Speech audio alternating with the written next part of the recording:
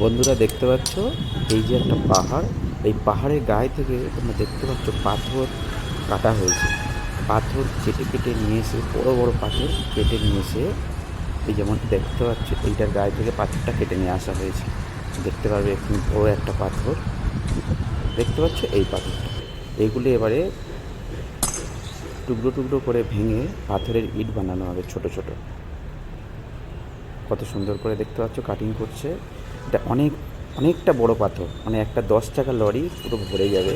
আর কয়েক হাজার কিলো ভারী। দেখতে হয়তো ছোটো লাগছে মানে মোবাইলে, দেখতে পাচ্ছ এগুলোকে আরও টুকরো টুকরো করা হবে, ছোট ছোট করা হবে।